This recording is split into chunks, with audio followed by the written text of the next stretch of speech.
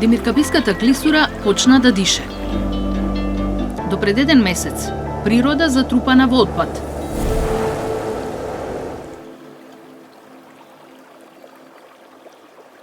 Денес, местото се чисти за да го врати својот сјај. Малку луѓе со многу свест, поддршка од Институтот за комуникацијски студии, медиумски притисок и резултат за 7 месеци. Еве, ова е делот кај што е затрупан голем дел од отпадот од градежниот шут. Моментално кај што стојам, поминуваше реката. Ако се сеќавате, до пред само еден месец Демиркаписката клисура беше полна со отпадот од градежниот шут оставен од трактор по изградбата на новиот автопат. Сега, како што можете да се забележите, реката надојде. Да, еви и овде. Да, последниот пат кога бевте тука немаше пристап, немаше река, беше полно со цевки, натрупано со отпад. Во изградбата на автопатот Демиркапија Смоквица, кој не поврзува со Европската унија, грчката фирма која што била задолжена за изградбата не си ја довршила работата до крај. Целиот градежен шут беше потрупан во клисурата, а Челевечка река речиси целосно запрена. Но членовите на спортскиот клуб Клисура беа гласот на природата откако ги забележале промените. Собравме 203 подписи од петиција, доставивме барања. По неколку дена добивме одговор дека грчката фирма Актор сепак реши да дојде да го отстрани градежниот шут.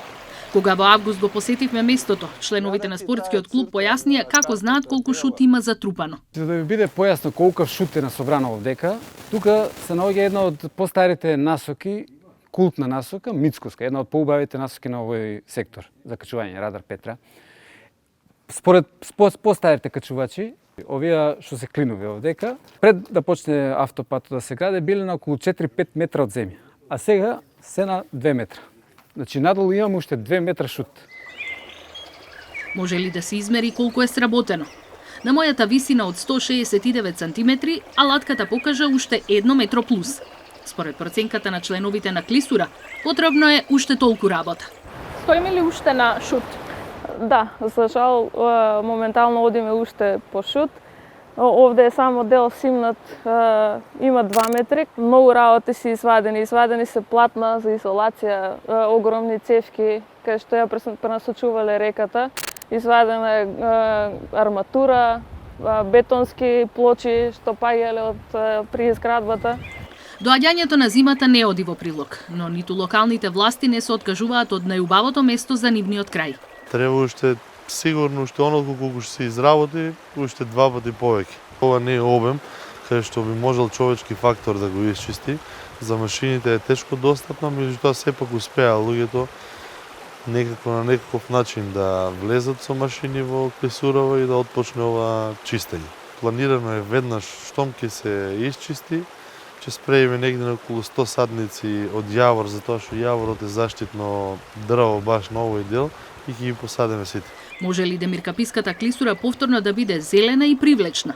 Може ли изградбата на автопатот да не влијае на сјајот на убавата природа?